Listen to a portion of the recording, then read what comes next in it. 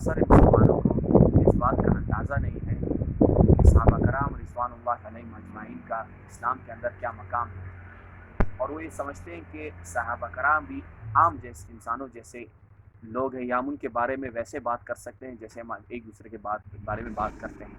ایسا نہیں ہے۔ نبی کریم صلی اللہ علیہ وآلہ وسلم کے بعد اور انبیاء کے بعد جن ہستیوں کا سب سے زیادہ اکرام اور عزت ہے وہ صحابہ کرام ہیں۔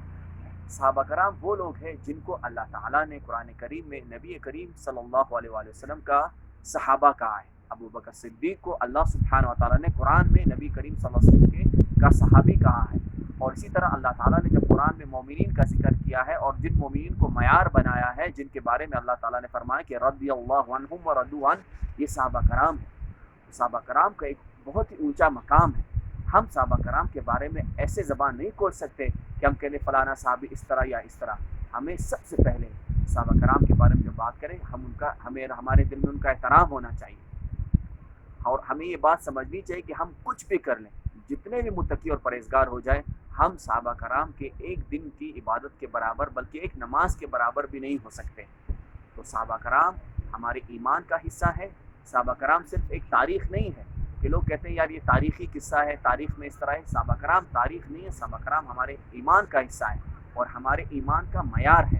اگر یہ معیار میں نے نہیں، یہ کسی مولوی نے نہیں بنایا، یہ معیار بنایا ہے اللہ تعالیٰ نے اور اللہ کے رسول نے۔ اللہ تعالیٰ نے قرآن میں کہا ہے کہ ان مومنوں جیسا ایمان لاؤ۔ صحابہ کرام کو اللہ سبحانہ و تعالیٰ نے معیار بنایا، اور اسی طرح رسول اللہ صلی اللہ علیہ وسلم نے صحابہ کرام کے ایمان کو معیار بنایا ہے۔